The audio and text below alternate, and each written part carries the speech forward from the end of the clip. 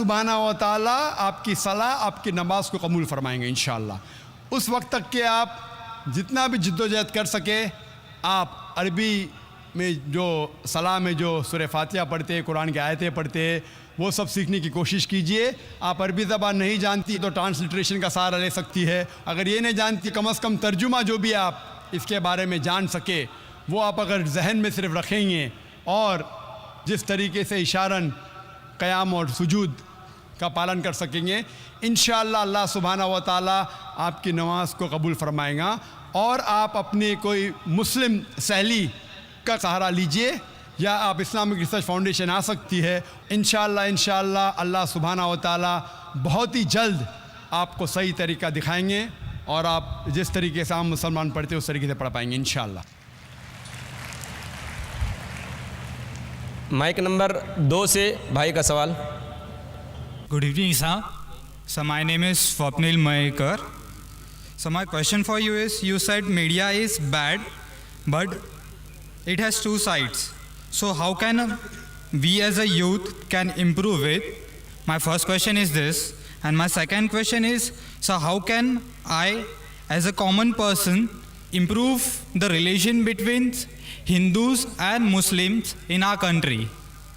भाई का सवाल था कि हम जानते हैं कि अक्सर मीडिया ख़राब है, हम इस मीडिया को कैसे सुधार सके। और दूसरा सवाल है कि हिंदू और मुसलमान भाइयों में अपनापन कैसा पैदा करें। पहला सवाल कि मीडिया अक्सर ख़राब है तो इसे सुधार कैसा सके। क्योंकि मीडिया वो चीज़ इंसान को दिखाता है जो इंसान देखना चाहते हैं। हम चाहते हैं कि गलत चीज़ देखे तो मीडिया गलत चीज़ दिखाता है। हम जानते हैं कि अमेरिका और यूके में पोर्नोग्राफिक चैनल्स बहुत है और पोर्नोग्राफिक चैनल्स चलाना बहुत सस्ता भी है, उसकी आमदनी भी ज़्यादा है क्योंकि लोग चाहते हैं कि पोर्नोग्राफी देखें। तो अगर हमको मीडिया को सुधारना है, हमें ऐसे चैनल को सब्सक्राइब करना चाहिए जो हक के साथ है। जो चैनल हक के साथ नहीं है उसको आप सब्सक्राइब मत करो।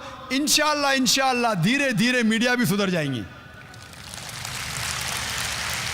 गलत मीडिया जो हमारे माँ बहन को बेचता है, जो माँ बहन को नंगा करके दिखाता है, वो मीडिया को बैन लगाओ। हम बैन लगाएंगे तो खुद ब खुद ऐसे गलत चैनल बंद हो जाएंगे। जो मीडिया पैसे के बल के ऊपर न्यूज़ दिखाता है अपने फ़ायदे के लिए, उस चैनल को सब्सक्राइब मत करो। व्यूअरशिप कम होंगी, फ़ौरन मीडिया सुधरेगा। चाबी हमारे हाथ में। अफसोस की बात है कि हम इंसान गलत चीज़ इस दुनिया की चमक धमक में आ जाते हैं। जिस तरीके से अल्लाह के रसूल की हदीस है कि हम इस दुनिया की चमक धमक के करीब आते, जिस तरीके से आग के करीब इंसेक्ट्स कीड़े मकोड़े आते फिर जल जाते, हम भी इस दुनिया की चमक धमक की तरफ जाते, फिर हम ही नष्ट हो जाएंगे। तो हम अगर हक के साथ है तो इंशाअल्लाह मीडिया भी इंशाअल्लाह सुधरेगा। जिस तरीके से हमने शुरुआत की, एक ऐसा चैनल लोगों के सामने पेश करना जो हक का साथ देता है। देखिए आप माशाअल्लाह हमारी व्यूअरशिप करोड़ों में है, एस्टिमेटेड 7.5 करोड़। अल्हम्दुलिल्लाह सुम्मा अल्हम्दुलिल्लाह। तो ऐसे मीडिया का आप साथ देंगे और आप देखते हैं कि गैर मुसलमान भी इससे फ़ायदा उठा रहे। पूना में जब तकरीर की तो एक गैर मुसलमान ने कहा कि मुसलमान को क्या फ़ायदा होता है, मुझे उसकी परवाह नहीं, लेकिन हम गैर मुसलमानों को तो बहुत फ़ायदा हो रहा है। हम खुद हमारा दीन नहीं जानते थे, आपका पीस टीवी देखने के बाद हम हिंदू मज़हब को और अच्छे से जानने लगे। आपका दूसरा सवाल, क्या हिंदू और मुसलमानों में कैसे अमन पैदा करे, भाईचारा पैदा करे। जिस तरीके से मैंने एक तकरीर की थी खुदा का तसव्वुर मुख्तलिफ मज़ाहिब में, और मैंने कहा था कि मास्टर की दावा सूरह इमरान सूरह नंबर 3 आयत नंबर 64, तालो इला कलिमतिन सवाइन बैना बैनकुम, आओ उस बात की तरफ जो आप और हम में यकसा है। हमें यकसानियत पे बात करना चाहिए। जो कुरान और दीगर मज़ाहिब में यकसानियत है उसके ऊपर अमल करें। जो इख्तिलाफ की बात है वो कल डिस्कस कर सकते हैं, आज जो यकसानियत है उस पर डिस्कस करो। इंशाअल्लाह भाईचारा बढ़ेगा। और सबसे पहले यकसानियत है कि खुदा एक है, उस खुदा के अलावा किसी की इबादत मत करो। उस खुदा की कोई प्रतिमा नहीं, कोई अक्स नहीं, कोई फोटोग्राफ नहीं, कोई पिक्चर नहीं, कोई बुत नहीं, कोई तस्वीर नहीं, कोई मूर्ति नहीं। ये लिखा हिंदू मज़हब में, ईसाई मज़हब में, यहूद मज़हब में, सिखिज़म में, पारसीज़म में, इस्लाम में। जो यकसानियत है उस पर अमल करो, इंशाअल्लाह इंसानियत में भाईचारा बढ़ेगा। Hope the answer the question. Mic number 1 में भाई सवाल करें जी। अस्सलाम वालेकुम जनाब, मैं राज Shetia by profession civil engineer. सब क्या है, ज़रूरी है कि एक गैर मुसलमान अगर कोई मुसलमान बनना चाहे उसे अपना नाम बदलना हो, या फिर जैसे कि खतना की ज़रूरत वो करना है, या फिर खुदा की इबादत में अगर मेरे घर वाले रिश्तेदार दोस्तों से छिप कर करता हूँ, इस हालात में भी क्या मैं अपने आप को मुसलमान कह सकता हूँ क्या नहीं? भाई का सवाल है क्या अगर एक गैर मुसलमान इस्लाम कबूल करना चाहता है तो उसका नाम बदलना ज़रूरी है? नाम बदलना ज़रूरी नहीं, लेकिन अगर नाम शिरकाना है, शिरक का नाम है, शिरक के करीब है तो बदलना चाहिए, वरना बदलने की ज़रूरत नहीं, बदलना फ़र्ज़ नहीं है। कई साहबा जो पहले गैर मुस्लिम थे, इस्लाम कबूल के, नाम वही था। अगर नाम में शिरक की बू आती है तो बदलना चाहिए। उसी तरीके से आपने पूछा खतना करना ज़रूरी है। खतना करना फ़र्ज़ नहीं लेकिन बेहतर है, सुन्नत मौक़दा है, अगर करे तो बेहतर है लेकिन फ़र्ज़ नहीं है। और आपका ये कहना है कि घर वालों को बताना ज़रूरी है, क्या नहीं? घर वालों को बताना ज़रूरी नहीं। अगर आप समझते हैं कि जान का ख़तरा है तो आप किसी को नहीं बताएंगे। आप और अल्लाह के दरमियान है, आप और अल्लाह जानते हैं, ये काफ़ी है, किसी को बताने की ज़रूरत नहीं। लेकिन अगर आपको डर है कि आपकी जान को ख़तरा है, किसी को नहीं बताएंगे, फिर भी आप मुसलमान रह सकते। लेकिन अगर बताने से जान का ख़तरा नहीं तो बताना बेहतर है, तो क्या आप इस्लाम को और खुले तौर पे फॉलो कर सकते हैं। लेकिन छुपके भी फॉलो करना है तो भी इसकी इजाज़त है। क्या आप इस्लाम कबूल करना चाहते? That's why I asked the question with you. I'll think over then. इंशाअल्लाह तहकीक करो, अमन के मज़हब की पढ़ाई करो। जब आपको यकीन हो जाएगा कि अल्लाह है, कि अल्लाह के अलावा कोई माबूद नहीं और मोहम्मद सल्लल्लाहु अलैहि वसल्लम पैगंबर है, तो इंशाअल्लाह बिना किसी को बताए भी आप इस्लाम कबूल कर सकते हैं। Thank you sir. Thank you sir. बहनों की तरफ से अगर कोई सवाल हो, कोई नॉन मुस्लिम बहन हो तो सवाल कर सकती है। My name is Dina. I'm in India for my studies, and I was just wondering why men are allowed to remarry if their wives have a problem, but the women are not allowed to remarry even though the husbands have problems. बहन का सवाल है कि इस्लाम में अगर बीवी में कुछ खामियां हैं तो मर्द दूसरी शादी कर सकता है, लेकिन जब मर्द में खामियां हैं तो औरत बीवी दूसरी शादी क्यों नहीं कर सकती? ये एक अहम सवाल है, अच्छा सवाल है। एक हिंदू भाई ने सवाल किया था कि एक से ज़्यादा बीवी रखने की इजाज़त इस्लाम में क्यों है, जिसका जवाब मैं दे चुका हूँ। अभी दूसरा सवाल है कि औरत को दूसरी शादी करने की इजाज़त क्यों नहीं। और एक से ज़्यादा बीवी करने की कई वजह है, जैसे औरत की तादाद इस दुनिया में मर्द से ज़्यादा है, तो औरत की हिफाजत करने के लिए कुछ मर्द को एक से ज़्यादा बीवी करने की इजाज़त देना पड़ेगा, फिर ही औरत महफूज रह सकती। और कई वजह है, और वजह है कि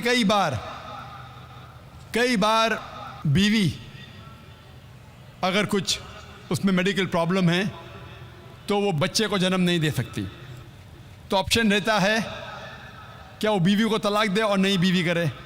लेकिन इस्लाम में उस बीवी को भी देखे और नई बीवी कर सकते हैं, और दोनों बीवी की देखभाल कर सकता है वो इस्लाम में मर्द।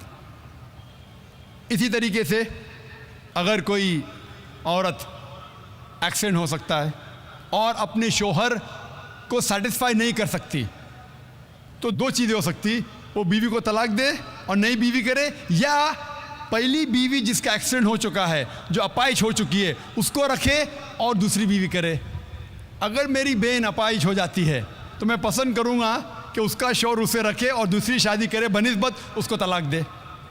तो कई वजह है इस्लाम में कि एक से ज़्यादा बीवी रखने की इजाज़त इस्लाम में क्यों है, उल्टा क्यों नहीं इजाज़त है। औरत क्यों नहीं एक से ज़्यादा मर्द रख सकती? सबसे पहला, अगर एक मर्द की एक से ज़्यादा बीवी है और जब बच्चा पैदा होता है तो फ़ौरन हमें पता लगता है कि उसका वालिद कौन है, उसकी वालदा कौन है। लेकिन अगर एक औरत के एक से ज़्यादा शौहर है, एक औरत के एक से ज़्यादा शौहर है, अगर बच्चा पैदा होगा तो वालदा का तो पता लगेगा, वालिद का पता नहीं लगेगा। और आप जब स्कूल में जाएंगे और स्कूल में प्रिंसिपल पूछेगा वालिद का नाम क्या है, कि आपको 2 नाम देने पड़ेंगे। इसीलिए इस्लाम में एक बीवी के एक से ज़्यादा शौहर होने की इजाज़त नहीं। ये सूरह निसा की आयत है, सूरह नंबर 4 आयत नंबर 23 और 24 और 25 में, कि शादीशुदा औरत फिर से शादी नहीं कर सकती। और कई वजह है। हम जानते हैं कि साइंस और टेक्नोलॉजी बढ़ने के बाद आज डीएनए टेस्टिंग के हिसाब से हमें पता चल सकता है कौन वालिद है कौन वालदा है। लेकिन ये तो अभी रिसेंट डिस्कवरी है, इतने साल पहले तो पता नहीं था। और ये एक सिर्फ वजह नहीं है, ये भी 100% डेफिनेट नहीं है, बट मान भी लो 100% डेफिनेट है, ये एक वजह नहीं और कई वजह है। आज साइंस ये कहती है कि man is more sexual as compare to a woman. A man is more sexual biologically as compare to a woman. तीसरी वजह है कि एक आदमी मल्टीपल शौहर की जिम्मेदारी संभाल सकता है, एक से ज़्यादा शौहर की जिम्मेदारी संभाल सकता है, लेकिन औरत एक से ज़्यादा बीवी की जिम्मेदारी संभाल नहीं सकती, क्योंकि एक औरत में मेंस्ट्रुअल साइकिल होता है। Due to the menstrual cycle उसकी जहनी हालत बदलते रहती है, due to the oestrogen level going up and down. कोई भी डॉक्टर से पूछिए, वो कहेगा कि during this period it is difficult for her to maintain a balance. और मान लो कि जो वजह मैंने कहा कि आदमी एक से ज़्यादा बीवी कर सकता है, अगर औरत पे लागू होता है, औरत अगर बांझ है, बच्चा पैदा नहीं कर सकती, फिर भी शौहर उसकी देखभाल कर सकता है और एक बीवी कर सकता है। लेकिन साइंस ये कहती है कि अगर मालूम पड़ता है कि औरत बांझ है या आदमी बच्चा पैदा करने में हिस्सा नहीं ले सकता है, फिर भी चांसेस है कि ये सिचुएशन चेंज हो सकती है। अगर बीवी को पता लगता है कि आदमी में कुछ बीमारी है जिसके वजह से वो बच्चा पैदा नहीं कर सकता, बच्चा पैदा करने में हिस्सा नहीं ले सकता है, लेकिन ये 100% डेफिनेट नहीं। अगर वो और एक शौहर से शादी करती है, चांसेस है कि दिस पोजीशन कैन रिवर्स, और कब रिवर्स होगा ये कोई नहीं कह सकता। फिर जब बच्चा पैदा होगा हमें पता नहीं लगेगा कौन उसका बाप है, पहला शौहर या दूसरा शौहर। उसके बावजूद अगर शौहर अपाहिज हो जाता है और बीवी चाहती है कि मैं दूसरा शौहर करूं, वो बेशक शौहर से खुला ले सकती है, और जब खुला लेती है वो नई शादी कर सकती है। लेकिन आदमी जब औरत को तलाक देता है, तलाकशुदा को नया शौहर मिलना मुश्किल है। तलाकशुदा औरत जो बीमार है उसको नया शौहर मिलना मुश्किल है, लेकिन आदमी जब बीवी खुला लेंगी और नया शौहर करेंगी उसको भी सपोर्ट मिलेगा और वो आदमी को भी सपोर्ट मिल सकता है। इसीलिए इस्लाम में, कुरान में लिखा है कि बीवी एक से ज़्यादा शौहर नहीं रख सकती, लेकिन आदमी एक से ज़्यादा बीवी रख सकता है। Hope that answers the question. Mic number 1 में। Assalamu alaikum. My name is Heman Nair. So I belong from a Hindu family. I want to make a question to you, sir. I would like to be a Muslim, but one question that always knock me is that, please pardon my words, sir. Actually, when you say that the world and the universe has been created by Allah, then why don't He give birth in a human foeticide with giving a khatna directly in the womb? And the second is that doing khatna is necessary for being a Muslim. Please, I hope that I'll be satisfied by your answer. भाई ने सवाल किया कि अगर खतना करना ज़रूरी है तो जब पैदा इंसान होता है उसी वक्त क्यों नहीं खतने के साथ पैदा होता है। अच्छा सवाल है। और ख़तना करना क्या ज़रूरी है, ये सवाल पहले पूछा गया था। भाई साहब, अल्लाह सुब्हाना व तआला अगर चाहता था तो उसके लिए आसान था कि जब बच्चा पैदा होता है लड़का, तो उसका प्रप्यूज खतने के साथ पैदा हो सकता था। लेकिन अल्लाह सुब्हाना व ताला, क्योंकि अल्लाह के रसूल ने फरमाया कि बच्चा पैदा होने के पहले ये prepuce, this prepuce acts as a protection. So medically जब बच्चा पैदा होता है, this prepuce acts as a protection, तो मेडिकली अच्छा है, पॉइंट नंबर 1। लेकिन पैदा होने के बाद इस प्रप्यूज को काटना, खतना करने के कई फायदे हैं। और इससे ये पता चलता है जब एक लड़का या आदमी की खतना होती है, उसके बहुत कम चांसेस है to have cancer of the penis. Penis के कैंसर होने के चांसेस बहुत कम हैं। आज की साइंस ये कहती है कि अगर खतना नहीं होगा तो कई बीमारियां पीनस की हो सकती है। They can be inflammation of the पीनस, कई बीमारियां हो सकती है। और आज साइंस ये भी कहती है कि जिस इंसान की बचपन में खतना होती है उसको एड्स के चांसेस कम हैं। लेकिन अल्लाह सुब्हाना व तआला ने क्यों इंसान को जब पैदा हुआ लड़का तो खतने के साथ क्यों ने पैदा किया? पॉइंट नंबर 1 मैंने कहा कि मेडिकली इट प्रोटेक्ट्स, जो प्रोटेक्शन नहीं रहेगा। और दूसरा, ये अल्लाह के रसूल की सुन्नत है। उनने कहा कि लड़के की खतना होना चाहिए। अल्लाह ताला देखना चाहता है कि आप उसके पैगाम पे अमल करते हैं क्या नहीं, उसके पैगाम पे अमल करते हैं क्या नहीं। मिसाल के तौर पे कई चीज़ अल्लाह ने बनाई। जहर, आप पूछेंगे कि जहर पीना हराम है, तो अल्लाह ने जहर क्यों बनाई? अल्लाह ताला ने कहा है कि आत्महत्या करना हराम है। अल्लाह देखना चाहता है कि आप उसकी तालीमात पे अमल करते हैं क्या नहीं, उसके अहकामात पे अमल करते हैं क्या नहीं। तो ये भी आपके लिए टेस्ट है कि do you follow the teachings of Allah and his रसूल और नॉट। बट खतना करना, जैसा मैंने कहा, फ़र्ज नहीं है, लेकिन करेंगे तो एक अहम सुन्नत है, आपके बहुत से फ़ायदे हैं। Hope the answer the question. बहनों की तरफ से कोई सवाल हो, माइक नंबर 3 से।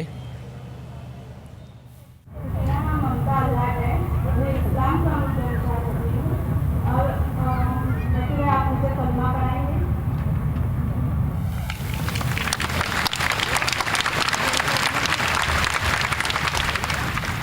बहन ने कहा कि वो इस्लाम कबूल करना चाहती है। और जैसे मैंने कहा कि अक्सर लोग मुझे कहते हैं कि आम पब्लिक में कलमा मत पढ़ाओ। ये मेरी ख्वाहिश नहीं है। पुलिस ऑफिसर ने कहा, पॉलिटिशियन ने कहा कि बड़ा मजमा है, लाखों की तादाद है, अगर नहीं पढ़ाएंगे तो बेहतर है। लेकिन इस देश, हिंदुस्तान का कॉन्स्टिट्यूशन है कि इस देश का हर नागरिक, एवरी सिटीजन ऑफ इंडिया, उसको हक है कि वो कोई भी धर्म का पालन करे और उसको इजाज़त है कोई भी धर्म का पालन करे और उसका प्रचार करे। Every citizen of India has the right to preach, practice and propagate the religion.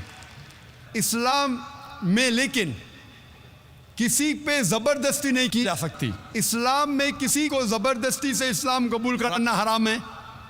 इस्लाम में भी हराम है। कुरान में लिखा है, सूरह बकरा सूरह नंबर 2 आयत नंबर 256 में, ला इकराह फिद्दीन, कि इस्लाम के दीन में कोई ज़बरदस्ती नहीं। तो ज़बरदस्ती करना हराम है इस्लाम में। मैं आपसे पूछना चाहता हूँ बहन, क्या आप अपने दिल से इस्लाम कबूल करना चाहती है? या आप पर किसी ने ज़बरदस्ती किया? नहीं, आप पे कोई जोर लगा रहा है? नहीं, ताकत का जोर या माली जोर? नहीं, आप मानती है कि एक अल्लाह है, एक खुदा है? या आप मानती है इसके अलावा कोई माबूद नहीं? नहीं, आप मानती है कि मोहम्मद सल्लल्लाहु अलैहि वसल्लम इसके आखिरी पैगंबर है? या इंशाअल्लाह। ये देश में मुमानियत नहीं है, इस्लाम में मुमानियत नहीं है, तो मैं कैसे रोक सकता हूँ आपको इस्लाम कबूल करने से? इंशाअल्लाह मैं आपको अरबी में कलमा पढ़ाऊँगा, उसके बाद तर्जुमा आप उसे दोहराइए। अशहदु अशहदु अल्लाह अन्ना इलाहा इलाहा इल्लल्लाह इल्लल्लाह व अशहदु व अशहदु अन्ना अन्ना मुहम्मदन मुहम्मदुन अब्दुहु अब्दुहु व रसूलुहु। व रसूलुहु। मैं गवाही देती हूँ मैं गवाही देती हूँ कि कि अल्लाह अल्लाह के अलावा अलावा कोई माबूद नहीं कोई महमूद नहीं और और मोहम्मद मोहम्मद सल्लल्लाहु सल्लल्लाहु अलैहि वसल्लम अलैहि वसल्लम उसके उसके बंदे बंदे और पैगंबर है। और पैगंबर है। माशाल्लाह आप मुसलमान हो चुकी है। अल्लाह आपको जज़ाए खैर दे। और अल्लाह आपकी जिद्दोजहद को कबूल फरमाए। और मैं दुआ करता हूँ कि आपको इस दुनिया और आखिरत में इसका अजर दे। और मैं सारे लोग, जैसे कहा मैंने कि हम मुसलमानों का फ़र्ज़ है कि अगर कोई गैर मुस्लिम इस्लाम कबूल करता है, हमें उसका साथ देना चाहिए, उसकी जो भी मुश्किलात है उसे दूर करना चाहिए। और जब भी कोई गैर मुस्लिम बनता है, उसके सारे गुनाह माफ़ हो जाते हैं। अल्लाह के रसूल की हदीस है, जैसा कि गोया एक नया इंसान जन्म ले रहा है। मैं भी आपसे दुआ करता हूँ कि आप जो गैर मुसलमान इस्लाम कबूल कर रहे हैं, आप हमारे लिए भी दुआ कीजिए। माइक नंबर 2 से भाई का सवाल। नारायण दास से मेरा एक क्वेश्चन है कि खुदा सबको बनाया, जाकिर नायक का ये बात है कि खुदा एक है, तो फिर आदमी इतने फिरकों में कैसे बढ़ गया? भाई का सवाल है कि खुदा एक है तो आदमी इतने फ़िरक़ों में क्यों बटा है, इंसानियत में इतने मज़ाहिब क्यों हैं। कुरान मजीद में लिखा है सूरह अल इमरान में सूरह नंबर 3 आयत नंबर 19 में, इन्ना दीना इंदल्लाहिल इस्लाम, सिर्फ वही मज़हब है, एक ही दीन है जो अल्लाह के नज़दीक सही दीन है, वो है इस्लाम। वो अमन हासिल करना अपनी ख्वाहिश के साथ अल्लाह की तालीमात के मुताबिक। और अल्लाह ताला फरमाते सूरह इमरान में सूरह नंबर 3 आयत नंबर 85 में कि अल्लाह सुब्हाना व तआला इस्लाम के अलावा कोई और दीन को कबूल नहीं फरमाएंगे। और अगर कोई भी इंसान इस्लाम के अलावा कोई दूसरे दीन, दूसरे मज़हब को मानता है, तो आखिरत में वो कभी भी नहीं कबूल करेंगे अल्लाह ताला उसे। इसीलिए अल्लाह सुब्हाना व तआला ने जितने पैगंबर भेजे, पहले पैगंबर आदम अलैहिस्सलाम, उसके बाद जितने पैगंबर आए, नूह अलैहिस्सलाम, इब्राहिम अलैहिस्सलाम, मूसा अलैहिस्सलाम, ईसा अलैहिस्सलाम, मोहम्मद सल्लल्लाहु अलैहि वसल्लम, जितने पैगंबर आए उनका पैगाम एक ही था।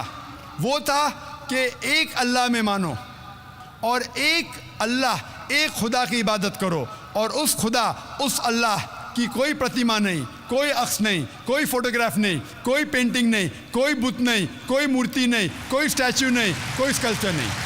सारे पैगंबरों का एक ही पैगाम था। तो अल्लाह ने दीन, मज़हब सिर्फ एक ही भेजा, लेकिन लोगों ने अपने फ़ायदे के लिए ये पैगाम को बदला।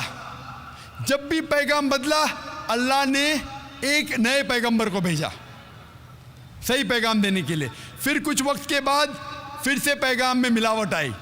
तो ये मिलावट आई, जिस तरीके से मैंने कहा था, सूरह बकरा सूरह नंबर 2 आयत नंबर 79 में लिखा है कि लोग, इंसान अपने हाथ से किताब लिखते हैं और कहते हैं अल्लाह की तरफ से, अपने फ़ायदे के लिए। उनके ऊपर लानत है, उनके हाथों पे लानत है, और वो जो चीज़ कमाते उसके ऊपर लानत है।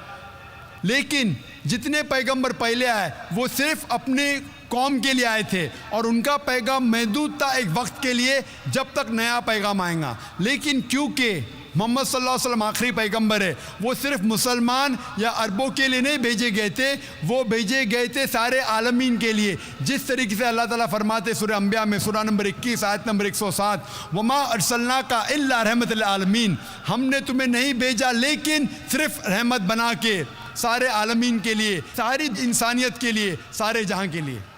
तो दीन, मज़हब अल्लाह का सिर्फ एक है, इस्लाम। आज आपको सिर्फ आखिरी पैगंबर में ईमान लाना है। जितने पहले पैगंबर आए वो सिर्फ उस वक्त के लिए थे, और जितने भी पैगाम पहले आए अल्लाह के तरफ से, उनमें मिलावट हो चुकी है। मिलावट के बावजूद सारे पैगाम, सारे मज़हब के पैगाम में लिखा हुआ है अल्लाह एक है। वैदानियत के बारे में उसमें यह भी लिखा हुआ है कि आखिरी पैगंबर आने वाले जिसका नाम मोहम्मद सल्लल्लाहु अलैहि वसल्लम है। मैंने तकरीर की थी मोहम्मद सल्लल्लाहु अलैहि वसल्लम का जिक्र मुख्तलिफ मजहबी किताबों में। मैंने तकरीर की थी खुदा का तसव्वुर मुख्तलिफ मज़ाहिब में।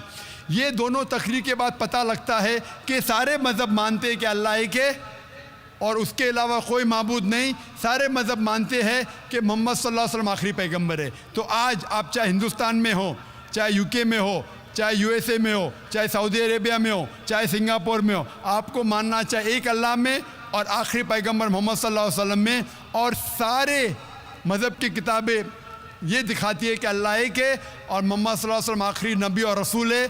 इसीलिए सिर्फ एक ही दीन, एक ही मज़हब अल्लाह ने भेजा और सारी इंसानियत को एक ही मज़हब का पालन करना चाहिए, वो है इस्लाम। यानी अपने आप अपनी ख्वाहिश से अल्लाह के अहकामात पे अमल करना, इसे कहते हैं इस्लाम। Hope the answer the question. Mic number 1 में जो भाई खड़े हैं सवाल कर सकते हैं जी।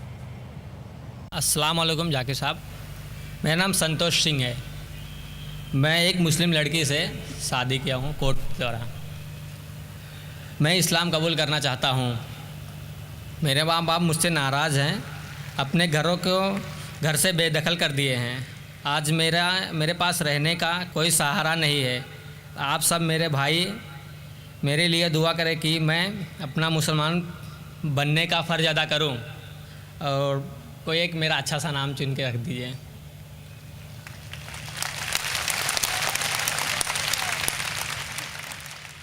भाई साहब ने कहा है कि वो मुसलमान लड़की से शादी करना चाहते हैं, वो इस्लाम कबूल करना चाहते हैं, फ़र्ज़ पूरा करना चाहते हैं। एक नाम तजवीज़ करूं। भाई पहले मैं आपसे पूछना चाहता हूँ, इस्लाम क्यों कबूल करना चाहते हैं? मुस्लिम लड़की से शादी करने के लिए कि अल्लाह के अहकामात पे अमल करने के लिए? हो सकता है कि वो लड़की के वजह से आपको सीधी राह मिली हो, वो अलग बात है, लेकिन आप इस्लाम क्यों कबूल करना चाहते हैं? क्योंकि आपको इस्लाम मज़हब पसंद है? पसंद आप है। एक अल्लाह में मानते हैं? मानता हूँ। क्या आपको लड़की से शादी करने के लिए सिर्फ? नहीं, अल्लाह को मैं मानता भी हूँ। आप मानते हैं? मानता हूँ। अगर आप ये मानते हैं कि खुदा एक है, मानता हूँ। आप मानते हैं कि अल्लाह के अलावा कोई माबूद नहीं, नहीं। आप मानते हैं कि मोहम्मद सल्लल्लाहु अलैहि वसल्लम आखिरी पैगंबर है, हाँ। अगर आप सचमुच में इस्लाम पसंद करते हैं और वो लड़की आपका ज़रिया बन चुकी है तो कोई एतराज़ नहीं। हालांकि इस्लाम में लव बिफोर वेडिंग नहीं है। LPW होता है ना क्रिकेट में, लेग बिफोर विकेट, तो इस्लाम में लव बिफोर वेडिंग नहीं है। लेकिन कई बार हो जाता है कि गलती के ज़रिए भी कई लोग सही रास्ते पे आते हैं। लेकिन आपको सच्ची में अगर मज़हब पसंद है और आप कबूल करना चाहते तो कोई हर्ज नहीं। हमें पसंद है। आप पर कोई भी ज़बरदस्ती कर रहा है? कोई नहीं। वो लड़की आप पे ज़बरदस्ती करे कि कबूल करो? ऐसा कोई बात ही नहीं है। ऐसी कोई बात नहीं। कोई आप पे जोर लगा रहा है? कोई नहीं, सब खुश है और हम भी खुश हैं, हमारे परिवार भी खुश है। माशाअल्लाह। तो अगर आप सचमुच इस्लाम को पसंद करते हैं और कोई आप पे ज़ोर ज़बरदस्ती नहीं कर रहा और इस्लाम कबूल करना चाहते, बेशक कर सकते हैं। मैं अरबी में कहूँगा, आप उसको दोहराइए। जी। अशहदु अस्सदु अल्लाह अल्लाह इलाहा इलाहा इल्लल्लाह इल्लल्लाह व अशहदु वासदु अन्ना अन्ना मोहम्मदन मोहम्मदन अब्दुहु अब्दुहु व रसूलुहु। रसूलुहु। मैं गवाही देता हूँ मैं गवाही देता हूँ कि अल्लाह के अलावा के अलावा कोई माबूद नहीं कोई माबूद नहीं और मोहम्मद सल्लल्लाहु अलैहि वसल्लम उसके बंदे और पैगंबर है। माशाअल्लाह, आप मुसलमान हो गए। आपने कहा कि मैं आपके लिए कोई नाम सजेस्ट करूं। जो नाम मेरे जहन में आ रहा है, आप अपना नाम बिलाल रख सकते हैं। जी। बिलाल। बिलाल। और मैं दुआ करता हूं कि आपकी जद्दोजहद को कबूल फरमाए, और मैं दुआ करता हूं कि आपकी जो मुश्किलात है उसको हल करे। आपने कहा कि मैं घर से बेदखल हो चुका हूं, आपके पास घर नहीं है। मैं अल्लाह से दुआ करता हूं, लेकिन ये दुनिया जो है, ये ज़िंदगी इस दुनिया में बहुत छोटी है। कुरान में लिखा है सूरह मुल्क में चैप्टर नंबर 67 आयत नंबर 2 में, अल्लज़ी खलक़ल मौत वल हयाता, अल्लाह सुब्हानहू व तआला ने ज़िंदगी दी और मौत दी है ताकि इंसानों को परखे कौन इनमें से अच्छा है। ये ज़िंदगी बहुत छोटी है। आखिरत की ज़िंदगी हमेशा के लिए। ये ज़िंदगी कितने साल की? 50 साल, 60 साल। कोई इंसान 10 साल बाद मरता है, कोई 20 साल, कोई 60 साल, कोई 80 साल। एवरेज आता है 50 साल, 60 साल। आखिरत की ज़िंदगी तो हमेशा के लिए है। मैं दुआ करूँगा कि आखिरत के लिए अल्लाह सुब्हानहू व तआला आपके लिए एक घर रखे जन्नत में। जिस तरीके से बीवी आसिया जो फ़िरौन की बीवी थी, लिखा है सूरह तहरीम में सूरह नंबर 66 आयत नंबर 11, वो अल्लाह ताला से दुआ करती है। वो बीवी थी फ़िरौन की जो सबसे ताकतवर इंसान था, सबसे मालदार इंसान था। वो दुआ करती है अल्लाह से कि इस सारी दुनिया की जायदाद को मैं ठुकराना चाहती हूँ, इसके बदले में मुझे एक घर दो जन्नत में अल्लाह के करीब। तो पहले मैं दुआ करूँगा कि अल्लाह ताला आपको जन्नत में घर दे। और दुआ करूँगा कि इस दुनिया में जो दुआ है सूरह बकरा की सुना नंबर 2 आयत नंबर 201 में, रब्बना आतिना फिद दुनिया हसनतों, कि अल्लाह सुब्हाना व तआला हमें इस दुनिया और आखिरत दोनों में हमारे लिए अच्छा फरमाए। मैं दुआ करता हूँ कि आखिरत के अलावा इस दुनिया में भी जो भी आपकी मुश्किलात है अल्लाह सुब्हाना व तआला उसको दूर करे और आपको अमन की ज़िंदगी बसर करने की तौफीक फरमाए इस दुनिया और आखिरत में भी। Hope the answer the question. Mic number 3 में ख़ातून के शोबे में कोई ख़ातून हो तो सवाल करें। मेरा नाम ईशा है, मैं हिंदू बैकग्राउंड से हूँ और मैं कॉल टोरंटो में काम करती हूँ। मुझे मुसलमान बनना है।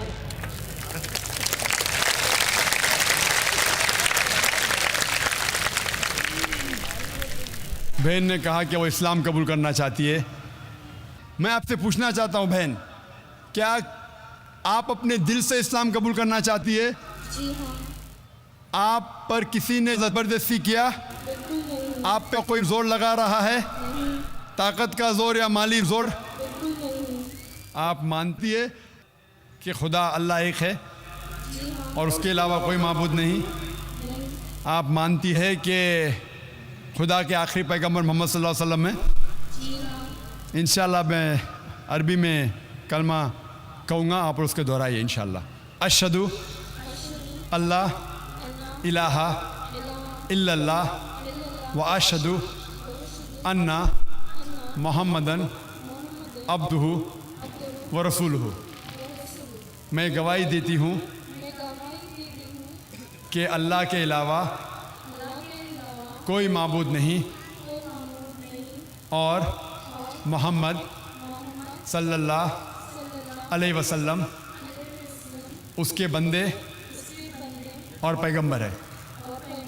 माशाल्लाह मुसलमान हो चुकी है और अल्लाह आपको जज़ाए खैर दे।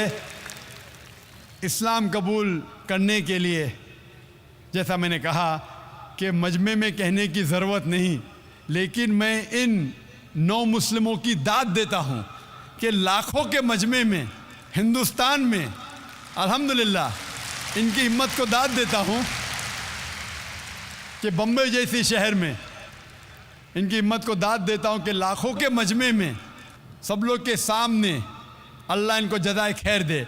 इस्लाम कबूल करने के लिए आप बंदे और अल्लाह के दरमियान हैं। अगर बंदा दिल में मान लेता अल्लाह है कि अल्लाह के रसूल मोहम्मद सल्लल्लाहु अलैहि वसल्लम में काफ़ी है, मजमे में कहने की ज़रूरत नहीं, लेकिन इनकी हिम्मत को दाद देता हूँ। अल्लाह सुब्हाना व तआला आपको अजर दे इस दुनिया और आखिरत में और आपकी मुश्किलात को दूर करे और आपको जन्नत फिरदौस दे। आमीन। जी माइक नंबर 2 में जो भाई खड़े हैं सवाल कीजिए। नमस्कार, माझं नाव भालचंद्र मोरे।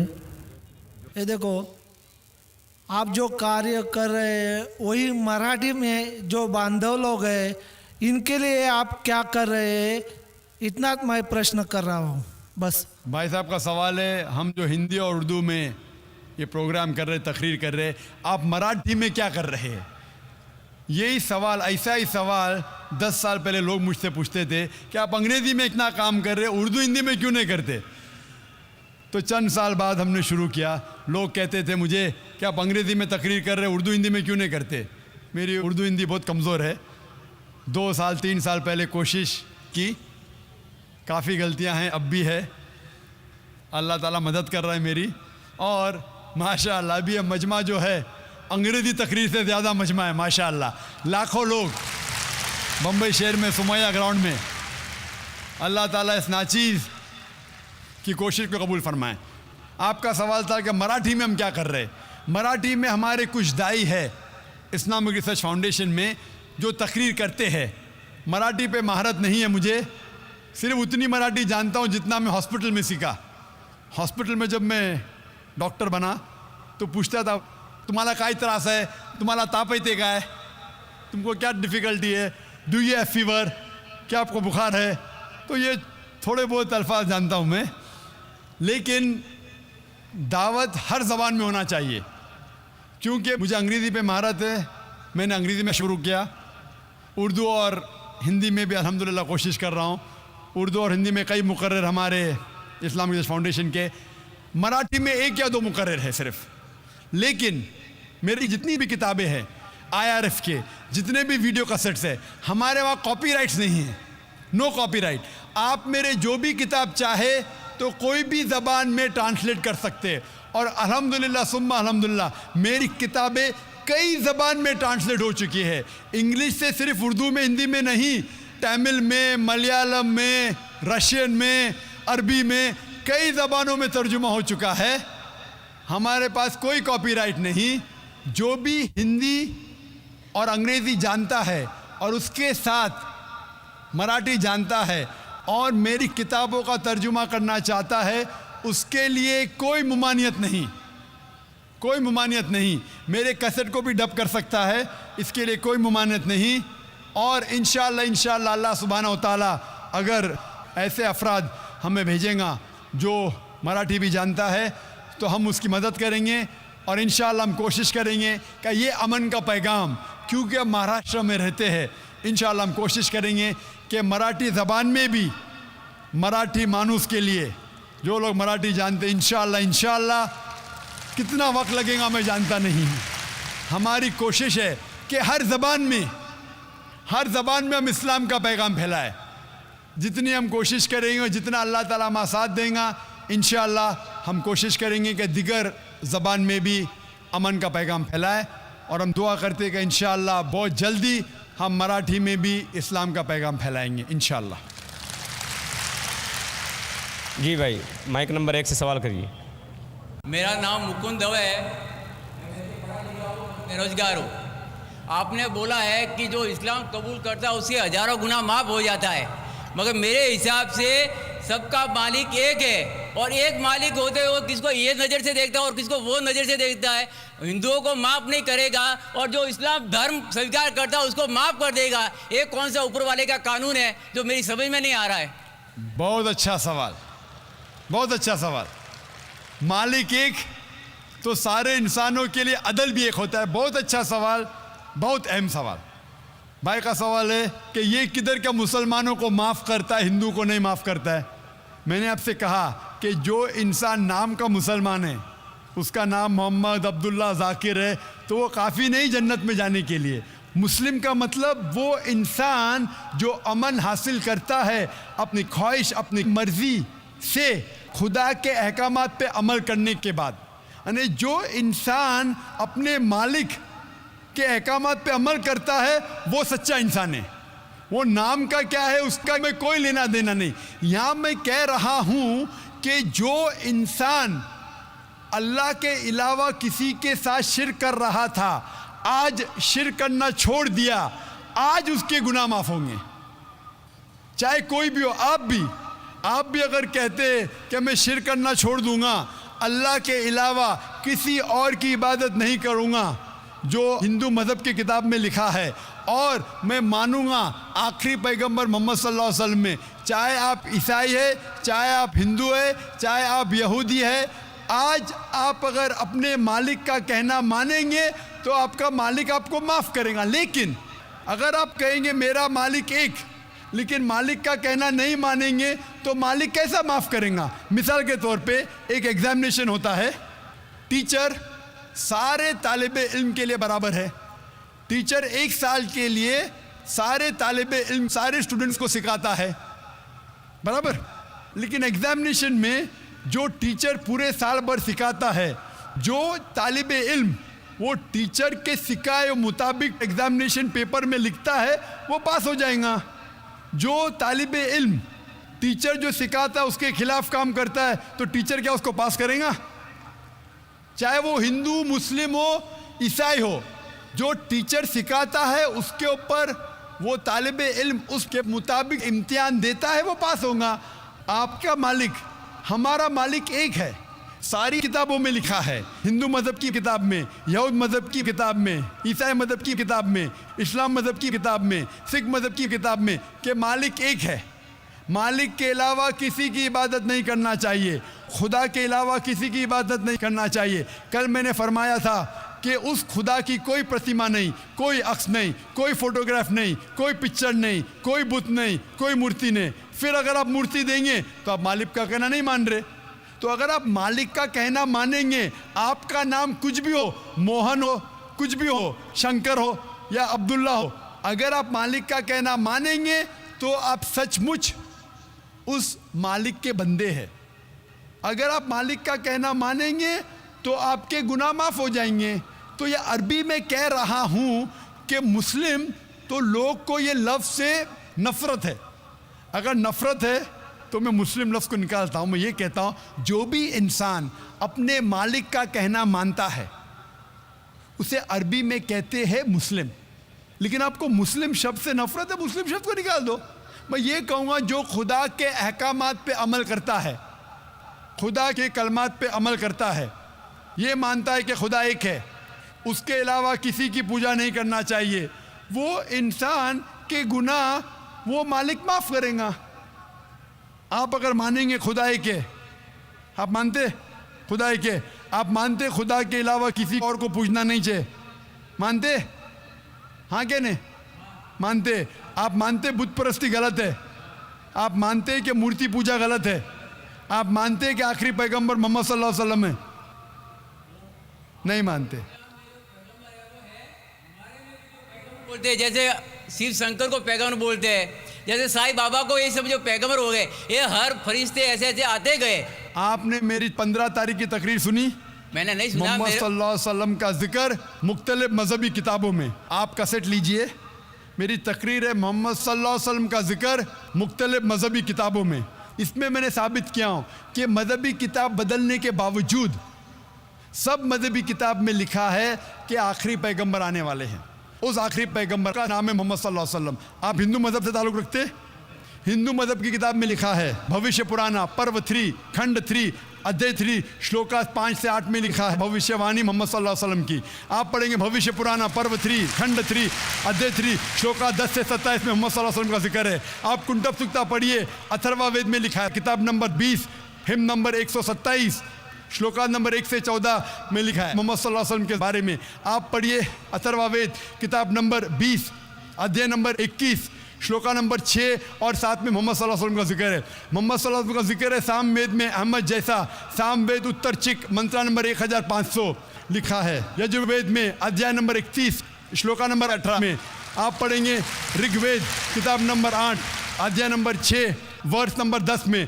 आप अगर पढ़ेंगे अथर्वा वेद किताब नंबर 8 अध्याय नंबर 5 श्लोका नंबर 16 में मोहम्मद सल्लल्लाहु अलैहि वसल्लम के बारे में अहमद लिखा है। अथर्वा वेद किताब नंबर 20 हिम नंबर 126 वर्ष नंबर 14 में कई जगह लिखा है नाराशंसा। नाराशंसा मतलब वो आदमी जो प्रशंसा के लायक है। इसका अरबी में तर्जुमा होता है मोहम्मद। मोहम्मद सल्लल्लाहु अलैहि वसल्लम का नाम से जिक्र है हिंदू मज़हब की कई किताब में। ऋग्वेद किताब number 1 hymn number 13 verse number 3, Rigveda किताब number 1 hymn number 18 verse number 9, Rigveda book number 1 hymn number 106 verse number 4, Rigveda book number 1 hymn number 142 verse number 3, Rigveda book number 2 hymn number 3 verse number 2, Rigveda book number 5 hymn number 5 verse number 2, Rigveda book number 7 hymn number 2 verse number 2, Rigveda book number 10 hymn number 64 verse number 3, Rigveda book number 10 hymn number 182 verse number 2,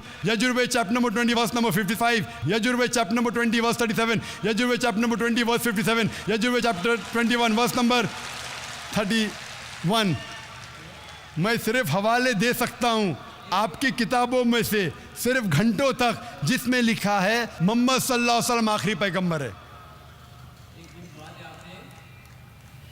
आज जो इस्लाम कबूल कर रहे हैं उनको ये समझाओ कि इस्लाम धर्म क्या है। उनको वो समझ में, मेरे भी समझ में नहीं आ रहा था इस्लाम बोलते किसको है। आपने कहा कि जो लोग इस्लाम कबूल कर रहे हैं उन्हें समझाओ इस्लाम धर्म क्या है। आप नहीं समझे, वो लोग समझे इसलिए तो इस्लाम कबूल किए। आप भी समझेंगे तो आप भी कबूल करेंगे। ये 10 रोज़ा कॉन्फ्रेंस जो था, हमारा मकसद था बताने के लिए सारे इंसानों को इस्लाम क्या है। ये मीडिया जो इस्लाम को पेश कर रही है ये तोड़ मड़ोड़ के पेश कर रही है। हमारा मकसद ही था बताने के लिए सारे इंसानों को इस्लाम क्या है। अगर आप इस्लाम को नहीं अब तक जाने तो बेशक कबूल मत करो। जब भी पहचान लेंगे इस्लाम को तो इंशाअल्लाह आप भी शहादत देंगे। मेरी दुआ है अल्लाह सुब्हानहू व तआला से, उस मालिक से कि आपको हिदायत दे, कि आप ये माने कि अल्लाह एक है, अल्लाह के अलावा कोई माबूद नहीं और मोहम्मद सल्लल्लाहु अलैहि वसल्लम आखिरी पैगंबर है। मैं कहूँगा वॉलंटियर से कि आपको मेरी DVD दे, मोहम्मद सल्लल्लाहु अलैहि वसल्लम का जिक्र मुख्तलिफ मजहबी किताबों में, उसमें सारे हवाले हैं और एक खुसूसन तकरीर है मोहम्मद सल्लल्लाहु अलैहि वसल्लम का जिक्र हिंदू मजहबी किताब में, सिर्फ हिंदू मजहब में। आप उसको देखो और इंशाअल्लाह आप इस बात को तस्लीम करेंगे, आज नहीं तो कल, कि अल्लाह एक है, उसके अलावा कोई माबूद नहीं और मोहम्मद सल्लल्लाहु अलैहि वसल्लम आखिरी पैगंबर है। Hope the answer the question. Mic number 3 में कोई खातून हो तो सवाल करें। माइक नंबर 3 से। यहाँ पे 5 बहनें हैं जिनको शहादा लेना है, अगर आप पांचों का साथ में करा दें।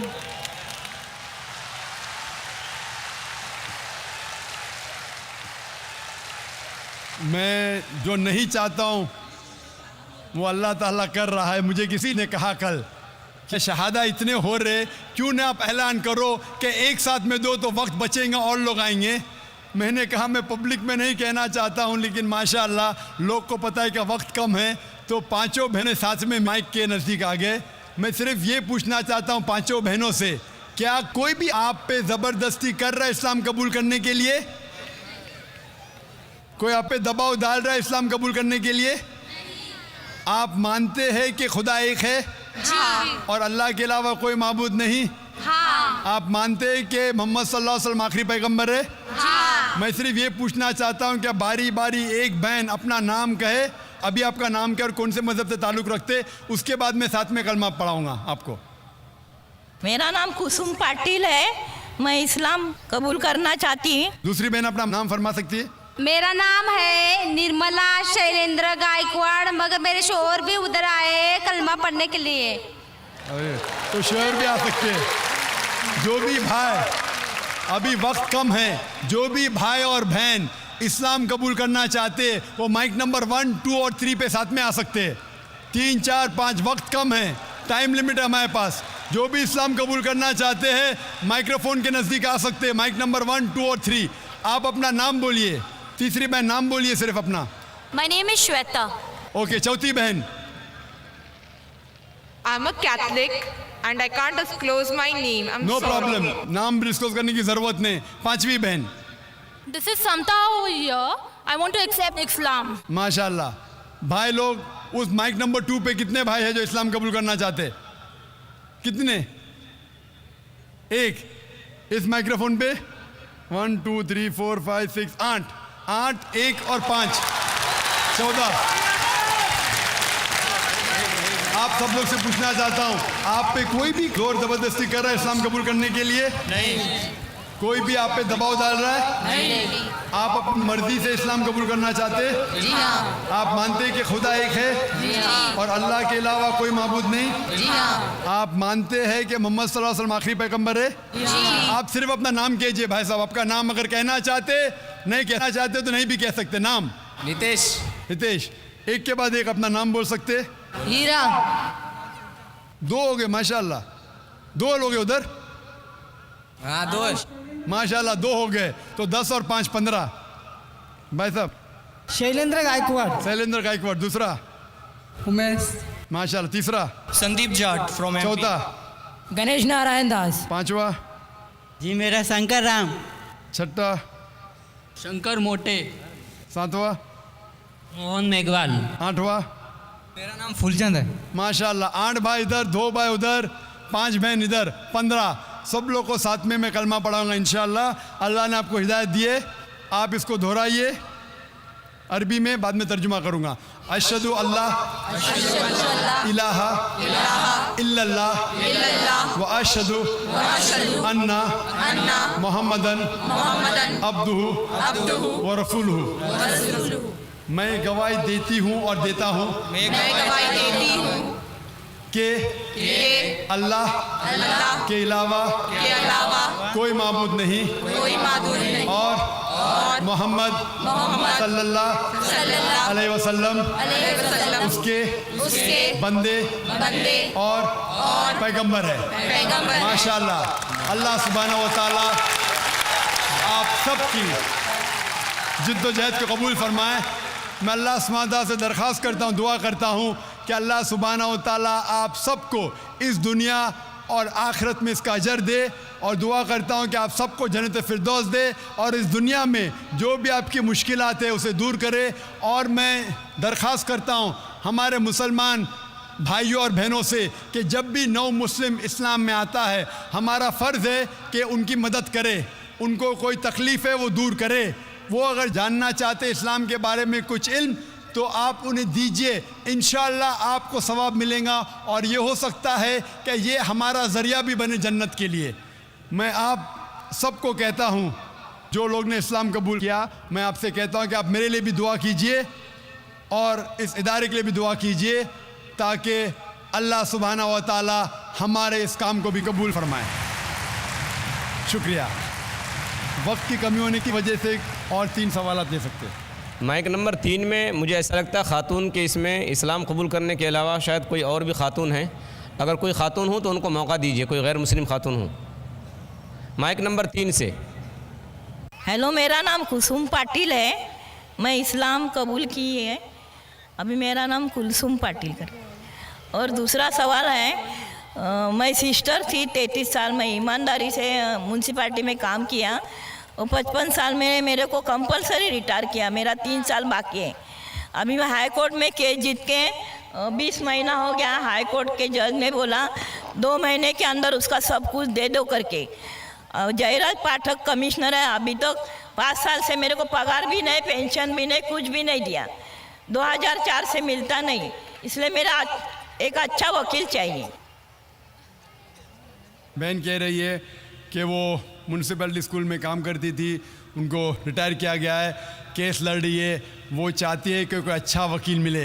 इंशाअल्लाह आप इंफॉर्मेशन काउंटर पे अगर जा सके तो हम कोशिश करेंगे कि आपके लिए एक अच्छा वकील दे ताकि आपके साथ जो नाइंसाफ़ी हो रही है दूर हो जाए। इंशाअल्लाह हम कोशिश करेंगे। इंशाअल्लाह आप IRF के अंदर आ सकती है और आपकी जो मुश्किलात है उसे बयान कर सकती है। हम कोशिश करेंगे कि आपके लिए अच्छा वकील करे और आपको इंसाफ मिले इंशाअल्लाह।